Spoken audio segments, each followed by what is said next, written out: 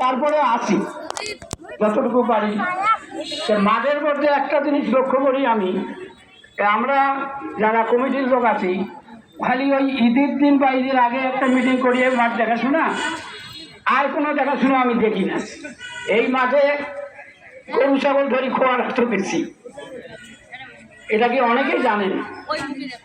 তা এখন গরু ছাগলের খোয়ার দেওয়া লাগে না, যদি পাকা হয়ে যায় ছাগল গরু তো আসবে না। এখন কিন্তু ছাগল গরু মোটামুটি এখন আসে, যদি আমাদের প্রাচীরটা হয়ে যায় ইনশাল্লাহ, আপনারা যদি সহযোগিতা করেন, এখন কমিটির লোকের সাথে যোগাযোগ করিয়া বা মাঠের মধ্যে আপনারা যদি প্রতিশ্রুতি দেন, তাহলে হয়তো আমাদের মাঠটা যদি এইরকম ঘেরাও করতে পারি, তাহলে হয়তো বা আর এখানে গরু ছাগল ভেড়া এগুলো আসতে পারবে না।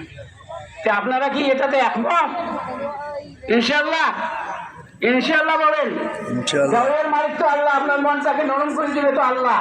আপনারা তো দিচ্ছেন, এই সামিয়ানা কাজ দ্বারা করছি, এই সামিয়ানাটা যে করছি আপনারা যদি সহযোগিতা না করতেন আমি কি একাইটা করতে পারতাম?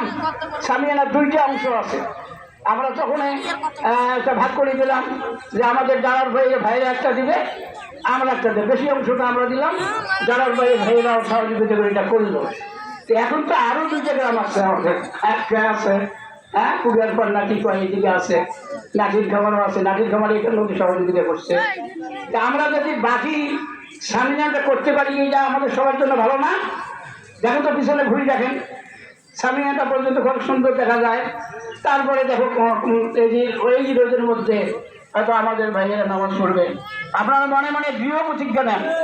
হয়তো এবার আপনারা প্রতিশ্রুতিও দিতে পারেন, অথবা সামনে দিতে যদি আল্লাহ হায়াত রাখে।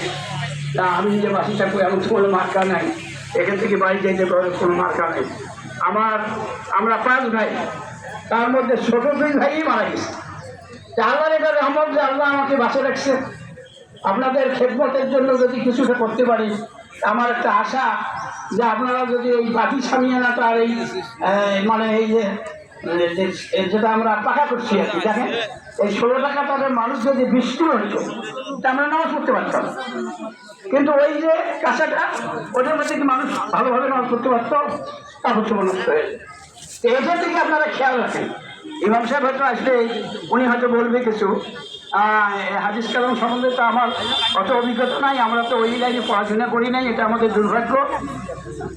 তারপরে যতটুকু পারি যে বাঁচি থাকা পর্যন্ত কিছু সৎকা কিছু দান খয়রাত করে যেতে পারি, মরে গেলে তো সব করে থাকবে। সবারই কম বেশি, আমাদের অনেকের বাপ নাই, অনেকের মা নাই, তারা কত মহব্বত করে আমাদের মানুষ করছে, কত বছর সাথে কবরটার পাশেও আমরা যাইতে পারি না। খেয়াল করি দেখেন যে বাপ মা যে আমাদের কত মহব্বত করি লালন পালন করছে, হয়তো বছর শেষে বা বছরে যে তাদের কবরের পাশে দাঁড়াইয়া একটু দোয়া খেয়াল করবো, এটা হয়তো করি না, অনেকে করে। যেমন আজকে এদের দিন কবর দেওয়ার কথা খুব ফজিলত আছে।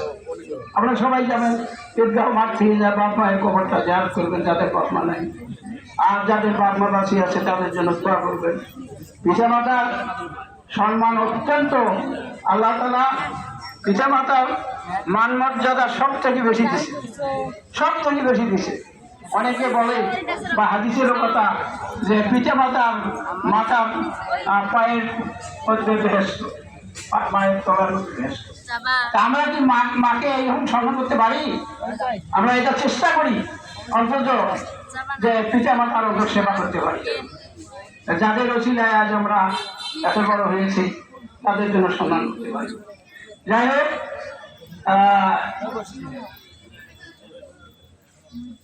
আপনারা একটা কাজ করেন, অন্তত কাঁচার গুলি আমরা বন্দি হয়ে বসি, সামনের কথা ফাঁকা করে ছুঁয়ে হয়ে যাবেন, অনেক ফাঁকা, পরে আমাদের সিগড়িতে হয় বা বলতে হয় আপনারা সামনে আসেন না কেন, কাঁচা বন্দি হয়ে আপনারা বসেন না কেন?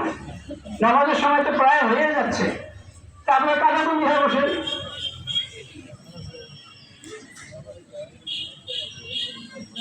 আমাদের এর আগে গত ঈদের মধ্যে আমাদের 6টা ভাই, এখানে দাও রশিদ দাও,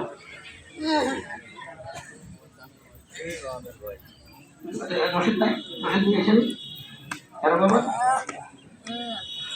যারা পূর্ব প্রতিশ্রুতি অনুযায়ী টাকা দিতে চাচ্ছিলেন তারা এখানে দিয়ে যেতে পারেন, দিয়ে রসিদ দিতে পারেন। রসিদ আছে ওই যে একজন দিয়ে গেল 1,000 টাকা, আপনারা